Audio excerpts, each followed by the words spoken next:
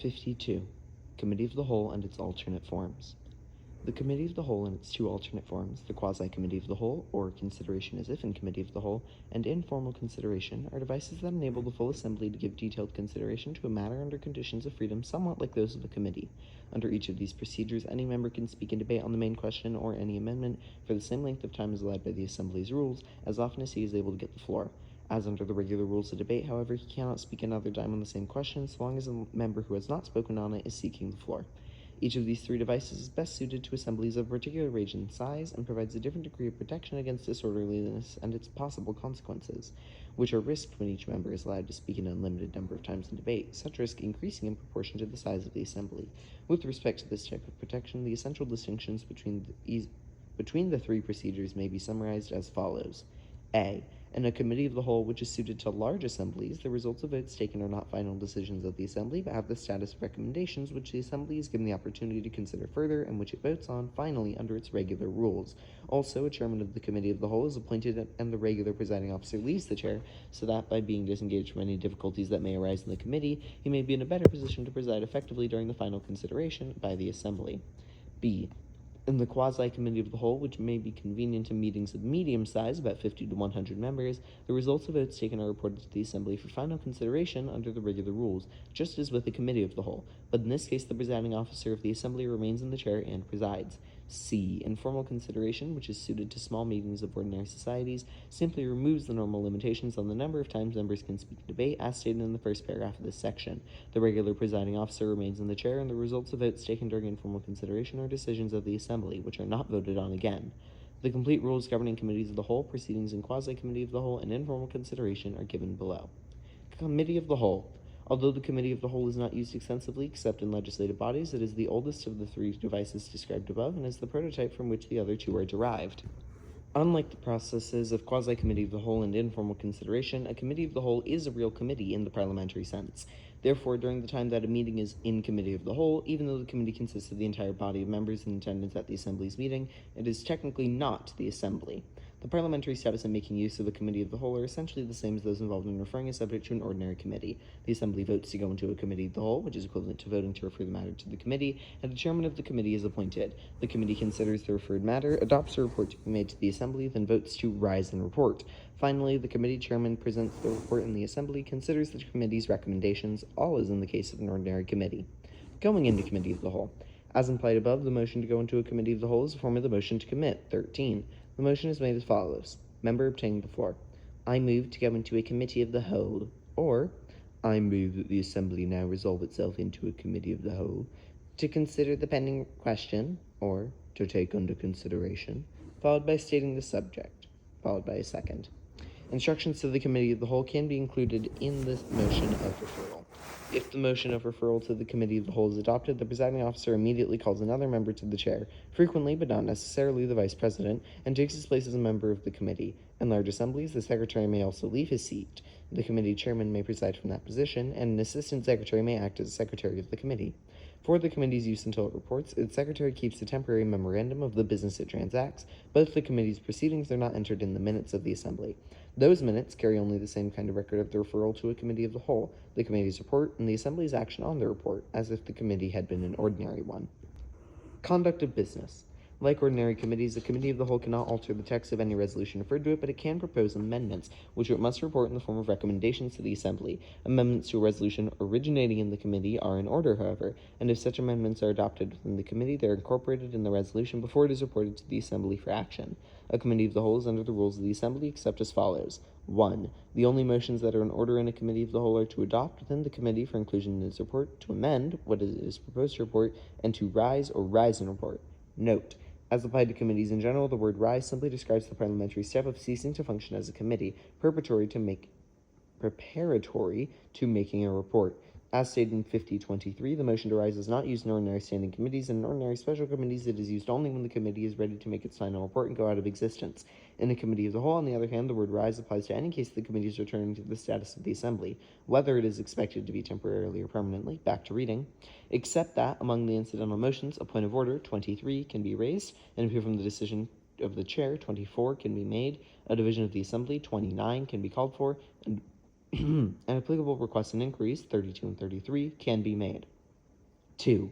In debate on motions to adopt or amend, unless the limit is prescribed by the Assembly before it goes into a committee of the whole, as explained below, each member can speak an unlimited number of times under the rules given in the first paragraph of this section.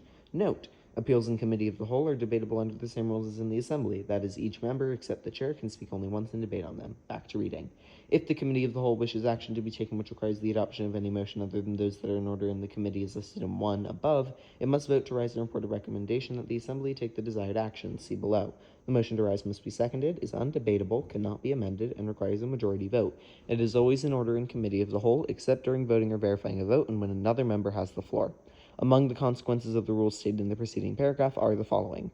1. A committee of the whole cannot appoint subcommittees or refer a matter to another ordinary committee. 2. An appeal from the decision of the chair must be voted on directly, since it cannot be postponed or laid on the table in the committee. 3. The only way for debate to be closed or limited in the committee is for the Assembly to specify such conditions before going into committee of the whole. If the committee develops a desire to have debate limited, it can only do so by rising and requesting the Assembly to impose the desired limits as explained below. If debate has been closed at a particular time by order of the Assembly, the committee does not have the power, even by unanimous consent, to extend the time. 4. A roll call vote or vote by ballot cannot be ordered in a committee of the whole, nor can a counted rising vote be ordered except by the chair. 5. A committee of the whole has no power to impose disciplinary measures on its members, but can only report the facts of the Assembly. If the committee becomes disorderly and its chairman loses control of it, the presiding officer of the Assembly should take the chair and declare the committee dissolved. 6. A committee of the whole cannot adjourn or recess, but must rise in order that the Assembly may do so. Rising and reporting. When a committee of the whole has completed its consideration of the matter referred to it, or when it wishes to bring the meeting to an end, or wishes the Assembly to take any other action requiring the adoption of a motion which is not in order in the committee rises and reports. If the committee originates a resolution, it concludes by voting to report on the resolution as perfected. If a resolution was referred to the committee, however, it votes only on any amendments that it will recommend, not on the resolution, which it reports back to the Assembly with the recommended amendments. On motion, or by unanimous consent, the committee rises and the presiding officer of the Assembly resumes the chair. The committee chairman returns to a place in the Assembly in front of the presiding officer, at which standing he addresses the chair. Committee chairman: Mr. President, the committee of the whole has had under consideration, describing the resolution or other matter, and has directed me to report the same as follows. The sample reports in the subsection disposition of particular types of committee reports, see 5131 through 51, may be used as guides for reporting similar cases from a committee of the whole, and the procedures for disposing of such reports as described in the same subsection are likewise applicable. If no amendments are reported, the chair states the question on the resolution that was referred to the committee or that it recommends for adoption, and this question is then open to debate and amendment in the Assembly. If amendments proposed by the committee are reported, the committee chairman reads them and hands the paper to the chair, who reads them again or has the secretary do so. The chair then states and puts the question on all of the committee's amendments in gross, that is, taken together, unless a member asks for a separate vote on one or more of them. If so, a single vote is taken on all of the other amendments, and then the question is stated separately on each of the amendments for which a separate vote was asked. These amendments can be further debated and amended in the Assembly, as can the main question, after action on all the committee's amendments, under the same rules as when any other committee reports. If the committee, to facilitate completion of its work, wishes the Assembly to take an action outside the committee's powers that requires the adoption of an undebatable motion, for example, to limit debate in the committee, a motion to rise should be made in the form like the following. Member obtaining the floor: I move that the committee rise and request that debate be limited, and then specifying the desired limitation, which is seconded. If this motion is adopted, the committee chairman reports to the Assembly as follows. Mr. President, the committee of the whole has had under consideration, describing the referred matter, and has come to no conclusion thereon, but asked permission, or leave, to continue sitting with debate limited, specifying the limitation. The presiding officer then puts the question on granting the request, and if the result is affirmative, the committee chairman resumes the chair. A committee of the whole can also rise before completing its work to request instructions, in which case the nature of the wording of the request needs to be agreed to before the motion to rise is made. If the committee wishes to bring its proceedings to an end because it believes the matter can be better handled under the Assembly's rules, or because it wishes the meeting to be adjourned, the motion to rise can be made in this form. Member obtain the floor. I move that the committee rise. Second. If this motion is adopted, the committee chairman then reports. The committee of the whole has had under consideration, describing the matter, and has come to no conclusion thereon. With such a report, the committee passes out of existence unless the Assembly directs it to sit again. In this connection, however, the committee in reporting can ask permission to sit again, with or without specifying a time, and in granting such a request, the Assembly can make the sitting a general order or a special order, 41, for a particular time. If the Assembly grants the committee permission to sit again without specifying a time, the sitting is unfinished business. A committee of the whole cannot itself arrange a future meeting. If an hour for adjournment has been preset in the assembly and it arrives while the meeting is in committee of the whole, the committee chairman announces the hour for adjournment of the assembly has arrived and the committee will rise. The committee chairman then reports that the committee has come to no conclusion on the referred matter as described in the preceding paragraph. Quorum in committee of the whole. The quorum of a committee of the whole is the same as that of the assembly unless the bylaws provide or the assembly establishes a different quorum for the committee. If the bylaws do not provide a different quorum for the committee, the assembly can establish one in the particular case before going into committee of the whole, regardless of the quorum that the bylaws require for the assembly. If at any time the committee finds itself without a quorum, it must rise and report the fact to the assembly. If the assembly itself is thereupon without a quorum, it must then adjourn or take one of the other courses that are open in the absence of a quorum. 6 through 10. Quasi-committee of the whole, or consideration as if in committee of the whole. A somewhat simpler version of the committee of the whole, in effect, is the procedure of consideration in quasi-committee of the whole, or consideration as if in committee of the whole, which is convenient in assemblies of medium size. In contrast to a committee of the whole, the quasi-committee of the whole is not a real committee, but is the assembly acting as if in committee of the whole. Going into quasi-committee of the whole. The motion for consideration in quasi-committee is made in a form like this. Member obtained the floor. I move that the resolution be considered in quasi-committee of the whole, or be considered as if in committee of the whole, which is seconded. This motion is debatable as to the desirability of going into quasi-committee, just as any other motion to commit. If it is adopted, the chair concludes this announcement of the result of the vote as follows. The resolution is before the assembly as if in committee of the whole.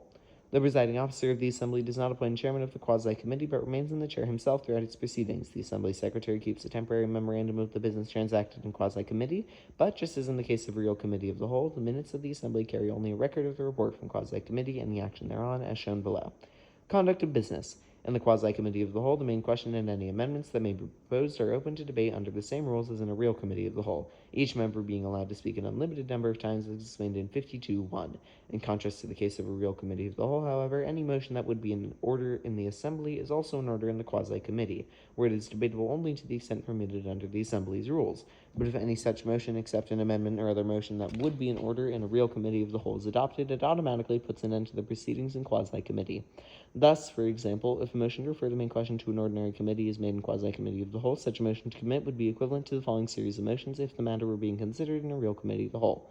1. That the committee of the whole rise. 2. That the committee of the whole be discharged from further consideration of the subject. And 3. That the question be referred to an ordinary committee. Reporting. The motion to rise is not used in quasi-committee of the whole. If the quasi-committee is not brought to an end as described in the preceding paragraph, then, when no further amendments are offered in response to the chair's call for them, the presiding officer immediately proceeds to report to the assembly and to state the question on the amendments as follows.